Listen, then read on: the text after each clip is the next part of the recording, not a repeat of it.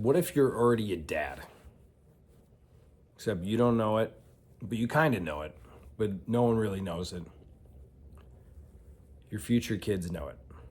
That there's a little boy and a little girl. It's easier that way because you can picture them now. That they've chosen you. They've chosen your soul. They've chosen your life experience, that you're supposed to be their dad.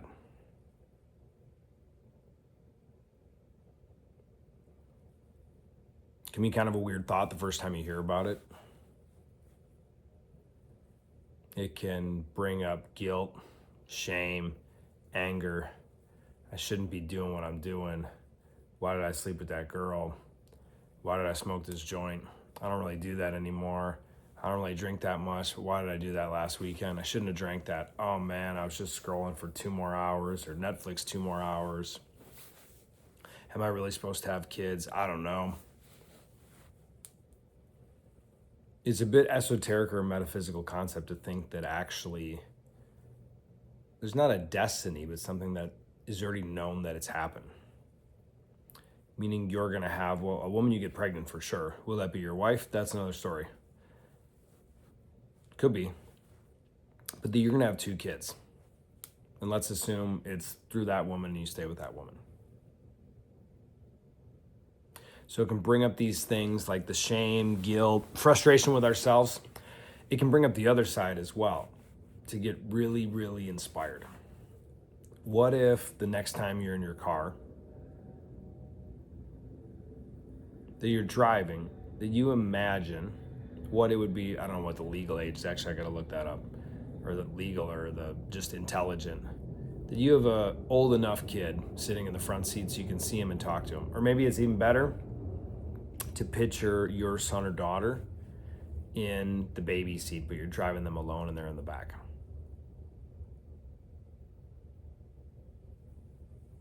That they look up to you as a hero, like Arnold Schwarzenegger or Sylvester Stallone from a movie back in the day. That's how they see you for being their dad.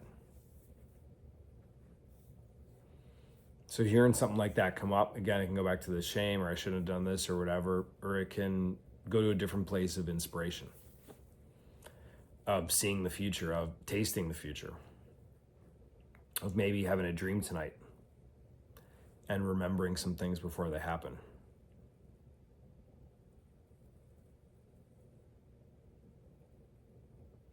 I was thinking, lately it's been on my mind this week, a friend, I haven't talked to him in a while. We're not that close anymore. He's probably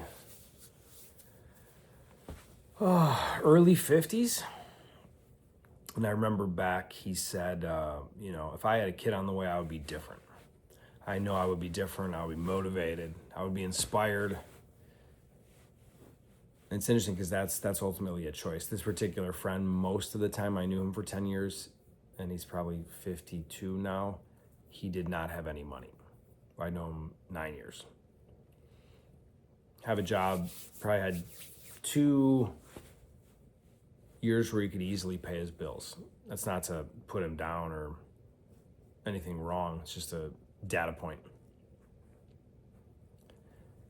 What if he knew, maybe not you, but him, what if he knew that he was going to be a dad? And it's more than that. It's a whole family unit, because you've watched your family. Maybe it's your mom and dad, your brother and sister, maybe it was more, looking at aunts and uncles and going, is this what it's supposed to be? Or friends from high school, even current friends, maybe not those personal development friends or people that are into growing, and look around and go, this can't be it, man. This can't be it. There's gotta be something better. If this is it, fuck, why do it? It seems to suck. And I think that's my motivational speech for today. I think most people's relationships are pretty rough. I mean, look at the data, 60% roughly will end. I mean, if you take there's 40% left, 30% of those are definitely not that happy, from what I've found. I think saying 10% do well is being pretty kind. But if you are that guy that something in him knows. Something in him knows that he's meant to be a different kind of guy. Then this message tonight is for you. And also when you look and you think of, man, how can I have like the fun, the playfulness? There's a lot of love. There's a cuteness. There's, wild sex. She worships me. She does things that don't even make sense. Okay, they're just going to surprise me with things she read on the internet in the bedroom. Yeah, she knows what I like, but she's doing these things that I didn't even know I like, that she researched, and she read this women's book and asked ChatGPT. And from a place of love, from a place of alignment, from a place of growth, integrity, fun, peacefulness, you create a relationship, and from that place create a family. What kind of legacy could that create? Because we think of that would be really cool. But what if that's just a small part of it? What if you working on you, healing your shit, alchemizing your shit, deciding who the fuck you are? What if that was literally the chain reaction for generations to come? Not just that you became a better dude, right? You built this intimate relationship with someone you love, and you're having sex that blows your fucking mind. And you just love being with this woman, and you're gonna build kids from that place? Not like the stuff you saw when you were a kid, growing up, high school. And those kids have only known that. They don't have to have the confusing stuff, the pain, the messy life growing up. They've known two stable, healthy parents that seem to love the absolute fuck. Not seem to, they actually do. Because seeming to, that could be some Instagram bullshit. And to think of how can that echo in eternity, echo throughout generations. Where your two kids are programmed like a machine for seeing what love looks like. That you taught your daughter through your example, not through some home study course or some words or what you told her to do, that you taught your daughter what love looks like, what a healthy dude looks like, what someone that keeps his word looks like, what someone who has a big heart looks like, what someone who knows where their balls are. And same thing for your son. It's just as important. In some ways, it's more important. As guys, we're tuning our emotions, thinking it's our heart, or disconnected from our fire, our balls, our power. What if when you went to bed tonight, you just knew that was true?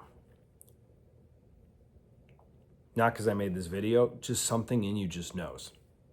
And this video was a friendly little reminder, little flick. Two souls, somewhere in the ether, however that works, God, the universe, source, whatever you want to call it, that chose you to be their dad. And not that time is so linear, though it seems that way on planet Earth, but they're waiting for you to meet their mom, and they're waiting to be your son and daughter. How would you wake up tomorrow if that was true? Or even if you just convinced yourself for 24 hours that was true. Maybe it's just some random dude you're watching on a YouTube video. Or this rolled across your feed for a reason.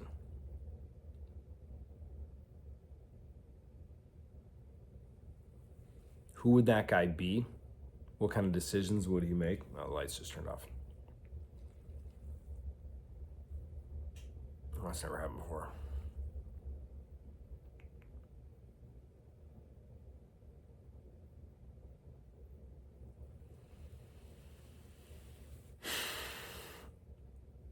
If you made it this far, take a few breaths and actually breathe like that guy would breathe. Imagine what that guy's like. He's got those kids. It's in the future. It's 5, 7, 10 years from now. The guy who didn't swipe whichever direction, I forget. I think right is left on Tinder. It's been a minute.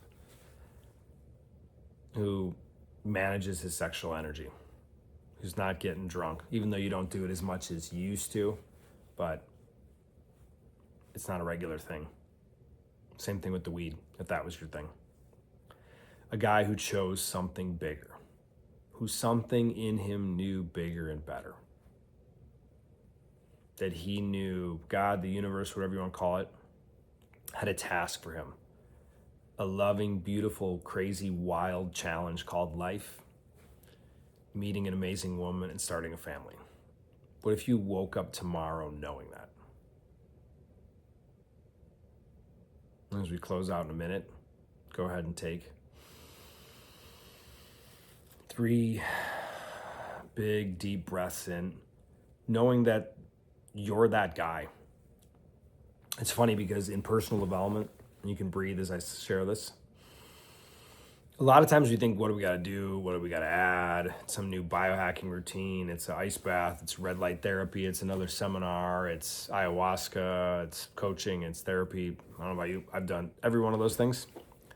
But what if we just have to have a clear plan and a vision of where we're going?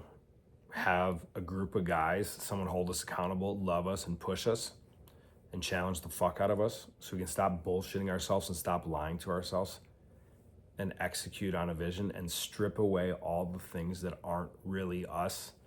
And yeah, it'll be uncomfortable.